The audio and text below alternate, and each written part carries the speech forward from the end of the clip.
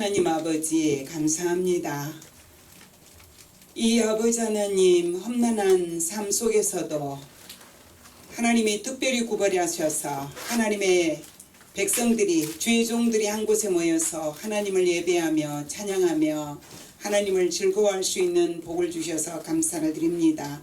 저희들에게 강건케 하사 이곳까지 올 수 있도록 성령님께서 이끄셨사오니 한 명도 공수로 돌아가지 않게 하여 주시옵시고 말씀이 능력이 되고 예수의 생명으로 가득 채워져서 하나님의 나라가 확장되어 가는 기적의 시간이 되게 하옵소서. 아멘. 진리의 성령님 스승되어 주시옵소서. 예수님 이름으로 기도드리옵나이다. 아멘. 할렐루야. 아멘. 오늘은 복이 있는 가정이라는 제목을 가지고 하나님 말씀으로 은혜를 나누려고 합니다. 함께 예배하신 이곳에 모인 모든 분들에게 오늘도 하나님의 은총이 함께 하시기를 주님의 이름으로 축원드립니다. 5월은 가정의 달이라 하여 여기저기서 각 가정의 행복을 위하여 애쓰는 모습들을 볼 수가 있었습니다. 그래서 최대한 부모는 자녀를 위하고 자녀는 어버이날이라 하여 낳아주시고 길러주신 부모님께 감사의 표시로 꽃을 달아드리며 식사를 대접하고 용돈을 드리는 그런 일들이 며칠 전에 지나갔습니다. 이런 일들이 삶의 보람이고 우리들의 삶의 생기가 불어넣어지는 일들이었습니다. 그러나 대한민국 모든 가정들이 다 이런 일들이 있었던 것은 아니라는 것입니다. 모든 사람들이 행복한 가정을 소망합니다. 모든 사람들이 자신들의 삶을 행복을 추구하고 살아갑니다. 하지만 모든 사람들이 행복하게 사는 것은 아니라는 것입니다. 세상의 모든 일들은 원칙과 법칙이 있습니다. 아무도 불행하게 사는 것을 원하지 않지만 내가 원하지 않아도 원치 않는 삶이 있더라는 것입니다. 그렇다면 어떻게 사는 것이 행복한 삶과 행복한 가정을 만들어갈 수 있을까를 생각해 보는 시간이 되어보자는 것입니다. 답은 바로 하나님 안에 있다는 것입니다. 가정의 날을 맞이해서 출애굽기 20장 12절에 보면 내 부모를 공경하라. 그리하면 내 하나님 여호와가 내게 준 땅에서 내 생명이 길리라고 하셨습니다. 하나님께서는 질서의 하나님이십니다. 먼저는 세상을 창조하신 하나님, 죄인인 우리를 독생자를 이 땅에 보내주셔서 십자가에서 죽게 하시고 우리를 구원하신 하나님, 부활하시고 승천하사 우리가 있을 곳을 예비하시고 다시 오마고 약속하신 예수님, 그분을 믿어 우리의 생명을 얻게 하시고 두 번째로는 이 땅에 내가 태어날 수 있도록 통로가 되어주신 부모님을 섬기는 것이 자신들이 행복하고 가정들이 행복하게 사는 법칙이라는 것입니다. 내 부모를 공경하라. 그리하면 이 땅에 사는 동안 우리의 생명이 길리라고 하나님께서는 말씀하셨기 때문입니다. 하나님은 말씀하시고 이루시는 하나님이시기 때문에 하나님 말씀을 듣고 실천하면 반드시 하나님의 말씀대로 우리가 추구하는 건강의 삶이 온다는 것입니다. 하나님의 말씀의 언약대로 건강의 복은 모든 것을 얻을 수 있기 때문입니다. 옛날 속담에 보니 돈을 잃어버리면 적게 잃은 것이고 명예를 잃어버리면 많이 잃은 것이고 건강을 잃어버리면 다 잃은 것이라고 말씀들 하고 계십니다. 하나님께서 내 부모를 공경하라. 그리하면 여호와가 내게 준 땅에서 내 생명이 길리라고 하신 것은 우리에게 다 주시겠다는 것입니다. 그 이유는 잠언서 3장 16절에 보니까 하나님의 오른손에는 장수가 있고 하나님의 왼손에는 부귀가 있나니 17절에 보니 그 길은 즐거운 길이다. 그의 지름길은 평강이다. 이렇게 말씀하셨습니다. 행복한 길, 즐거운 길을 마다한 사람이 있을까요? 하나님의 말씀을 보고 듣고 그 말씀을 지켜 행하는 자는 지혜 있는 자라고 성경에 말씀하고 계십니다. 인간들이 돈이 많다고 하여 다 행복한 것은 아닙니다. 또한 건강하다고 하여 다 행복한 것도 아닙니다. 우리 속에 있는 나를 누가 지배하느냐에 따라서 나의 행복 지수는 달라진다는 것입니다. 저는 어떤 젊은 청년을 수년 전에 만나서 그 청년에 대한 삶의 간증을 듣고 너무나 놀란 적이 있습니다. 그 청년은 사업을 하기 위해서 호주로 건너갔다고 합니다. 그리고 그곳에서 전도를 받고 교회에 나갔었다고 합니다. 그리고 교회 안에서 인정받는 청년이 되었었다고 합니다. 여자 청년을 이제 같이 사업을 하는 어떤 여자를 만났는데 그 여자는 일본 여자였고 그 일본 여자와 결혼을 하고 사업을 하고 있었다고 합니다. 그리고 어느 날 이제 처갓집에 가노라고 일본에 갔는데 그 부인이 일본 천황폐하 신전에 가서 절을 하자고 해서 절을 하는데 소리가 들렸다고 합니다. 그 청년 마음속에 예수님이 진정으로 주인 삼아 계셨다면 천황폐하 신전에 가서 절을 할 수 있었을까 하는 생각에 의문이 갑니다. 그런데 그 소리가 뭐라고 들렸느냐?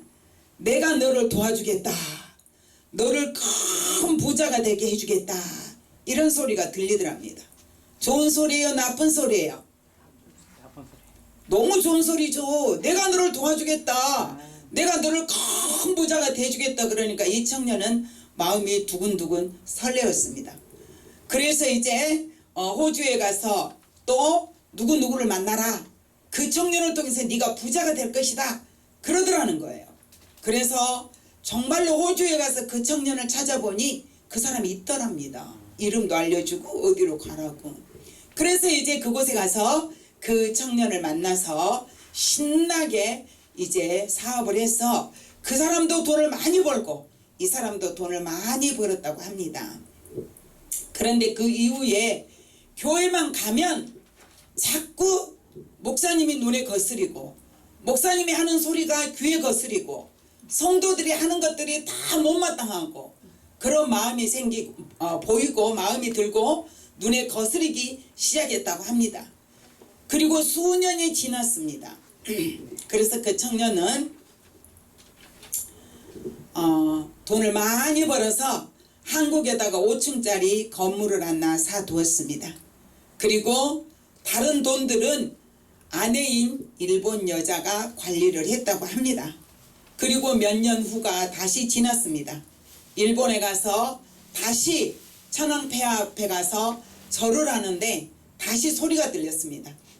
며칠 후에 너가 만났던 청년의 생명을 내가 거두어 갈 것이다. 이러더라는 거예요. 그러면서 하는 말이 그리고 그 다음은 너가 될 것이다. 라고 말을 하더랍니다. 그게 너무나 생생하게 귀에 들렸다고 합니다. 그리고 정말로 며칠 후에 그 청년은 교통사고로 그 자리에서 죽고 말았답니다. 그 일을 목격한 청년은 너무 무서웠고 자기의 죽음이 앞에 저 청년처럼 이제 있다는 것을 생각하면서 늘 불안하고 무서운 공포에 떨고 있었습니다. 처음 신전에 가서 소리를 듣고 났는데 그 이후부터 다른 사람은 아는지 모르는지 모르겠는데 본인이 거울을 보면 자기 눈에서 평상시와 같은 눈이 아닌 파란 빛이 자꾸 눈에 그 검정 색깔이 파란색으로 변해 있더라는 것입니다. 그래서 이제 그 청년은 그 뒤부터 교회를 향한 이제 본인의 생각이 자꾸 불평만 나오고 또 이제 불만만 생기다 보니 결국은 목사님과 불미스러운 일이 있어서 교회를 이제 반을 끊었다고 합니다. 얼마 후에 일본 여자를 만나서 부인이 이제 이혼을 하자고 이제 요청을 해서 이혼을 했습니다. 그리고 사업은 곤두박질 쳐졌습니다. 이제는 두려움과 죽음의 공포로 하루하루가 무서움에 사로잡혀서 정신 이상까지 왔다고 합니다. 한국에 와서 아무리 노력을 해도 돈은 바닥이 났고 갈 곳이 없는 신세가 되어버리고 말았습니다. 견딜 수 없는 공포에 날들이 날마다 더해져 갔다고 합니다. 그 청년은 다시 돈을 벌기 위해서 호주로 갔어요. 사업을 하는데 무엇이든지 하는 것마다 실패뿐이었다고 합니다. 밤이면 악몽에 시달리고 눈빛은 더욱 푸른 빛으로 되어가더라고 합니다. 그래서 어떻게 해야 내가 살 수 있을까 하여 이곳저곳 교회를 다녀보았지만 하나님 말씀은 귀에 들어오지 않더랍니다. 어느 날 도저히 방법이 없어서 처음에 자기가 다녔고 그 목사님과 불미스러웠던 그 교회를 찾아갔습니다. 그 사람이 그 청년이 얘기했어요. 목사님, 제 자존심으로는 도저히 갈 수가 없었어요. 그런데 죽음을 앞에 두고 보니 자존심이고 무엇이고 다 버리고 주일날 사람들 오기 전에 아침에 일찌감치 찾아가서 그 교회 가서 앉아서 울고 앉아있노라니 담임 목사님이 나오시더랍니다. 그러니 얼굴은 들을 수 없지만 어찌합니까? 그 목사님이 그 청년을 보고 어이가 없더랍니다. 그래서 그 청년은 목사님 앞에 무릎을 꿇고 사죄를 구했다고 합니다. 목사님 살려주십시오. 제가 잘못했습니다. 라고 그 청년은 목사님께 사죄를 구했습니다.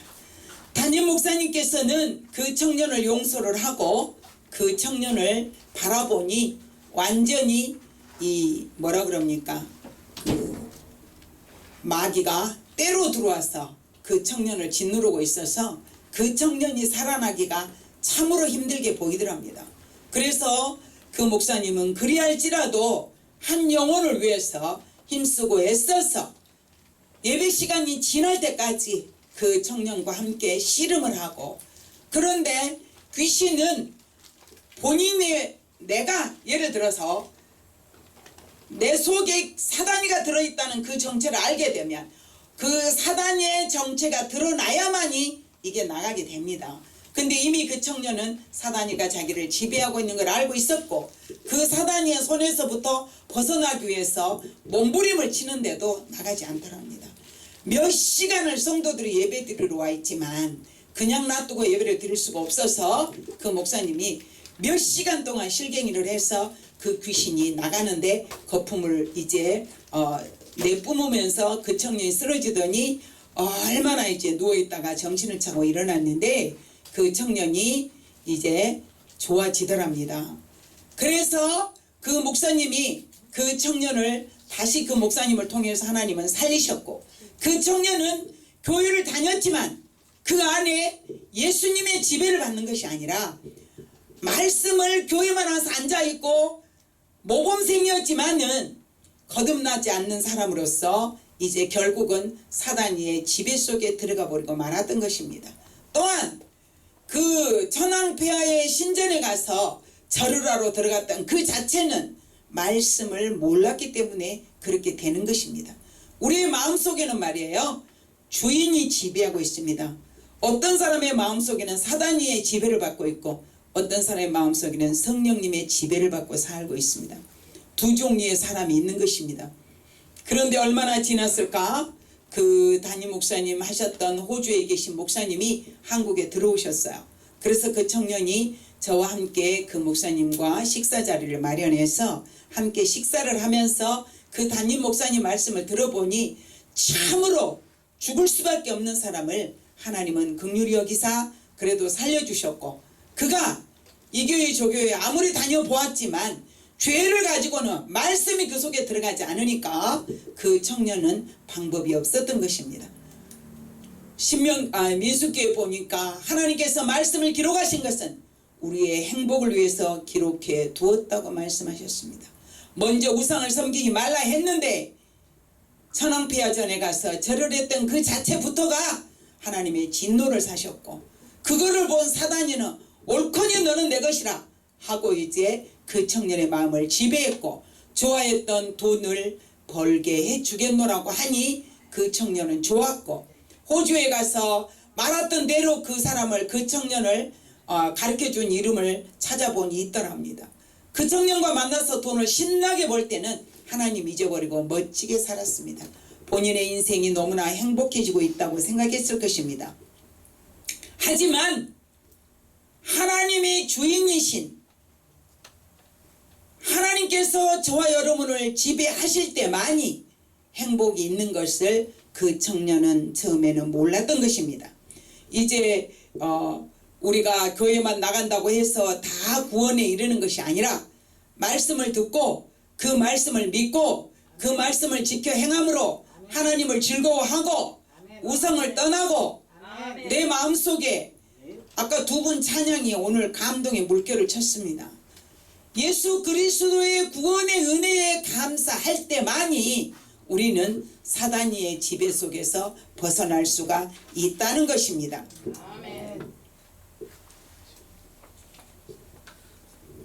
성도는 믿음을 가지고 있다 하면서 세상의 모습으로는 거룩해 보이지만 그 내면적으로는 예수를 만나지 못하면, 거듭나지 못하면 사단의 지배 속에서 벗어나기가 쉽지 않다는 것입니다. 예수님께서 말씀하시기를 주 예수를 믿으라 그리하면 너와 내 집이 구원을 얻으리라고 말씀해 주셨습니다.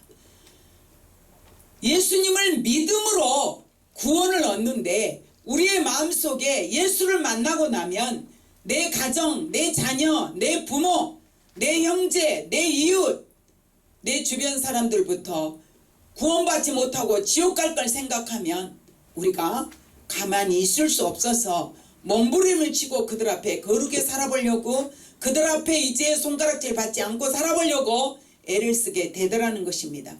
이것이 믿음이 자라가고, 그렇게 믿음이 자라가야만이 성숙한 신앙인으로서 빛과 소금의 사명을 감당할 수가 있는 것입니다.